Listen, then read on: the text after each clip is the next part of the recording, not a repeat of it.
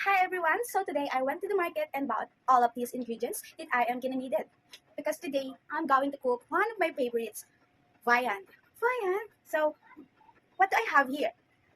I have two pieces of egg, 2 pieces of tomatoes, magic syrup, ajinomoto or what we call betchin, nor, and 1 sachet of heavy, a little bit of salt, garlic, and onion. Of course, I also have an ice candy. Just kidding, this is an oil. And of course, it wouldn't be complete without our 4 pieces of bitter gourd. Bitter gourd? Pwede mo siya ang palaya. So, I already sliced the garlic and onion. But now, I'm going to slice it, the bitter gourd. As you can see here, I've already removed the seeds from the middle of the bitter gourd. After this, I'm gonna slice it into like this.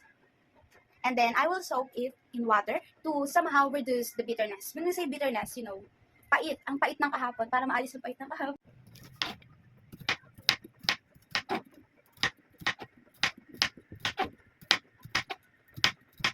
Habang inihiwa ko ito, ano nga ba mga bitamina o nutrisyon na makukuha natin sa ampalaya na may itlog?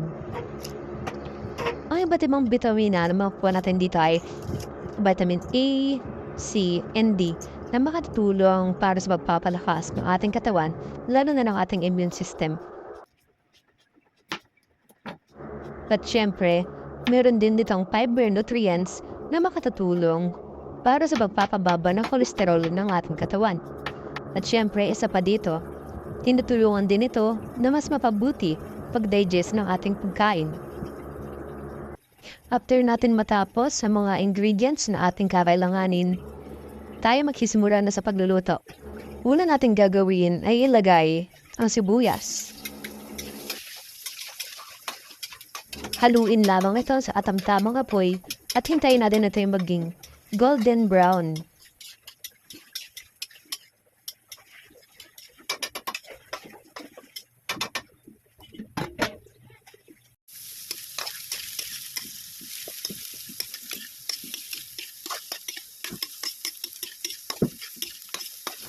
Sunod naman natin ilalagay ang ating hiniwang kamatis.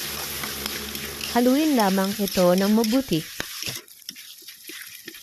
Ilagay ang itlog para sa additional protein intake.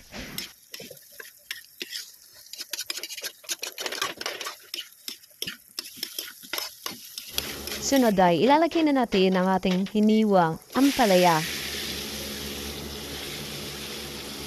Maglagay lamang ng katamtamang tubig at ito'y halu-haluin ng mabuti.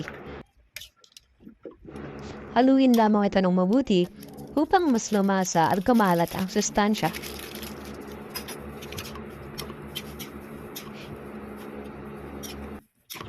Ang ampalaya ay isa rin sa mga pagkaing mababa ang carbohydrates. Ito ay maganda para sa mga taong nagpapanatili ng kanilang maganda at maayos na timbang. Naglagay lamang tayo ng mga kaunting pampalasa tulad ng magic syrup, nor cubes, at syempre, ang ajinomoto, betchin. Meron din itong protein na makakatulong na sa pag-repair ng ating mga tissue or cells sa ating katawan. Hayaan lamang maluto ito sa katamtamang apoy. And tada! Ayan! Makikita niyo na ang ating final product. Ayan na siya. Ampalaya. Tara, kain! Happy eating! Tikman na natin ang ating nilutong ampalaya.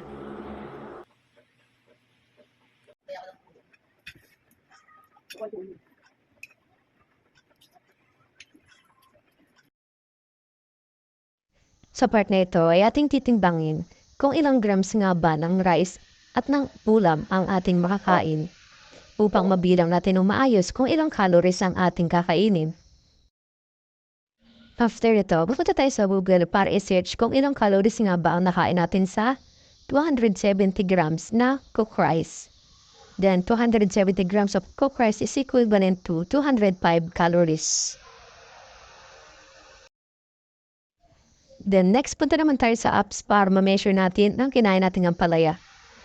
Then, 164 grams of bitter gourd is equivalent to 6 grams of carbs, 3 grams of protein, and 0 fats.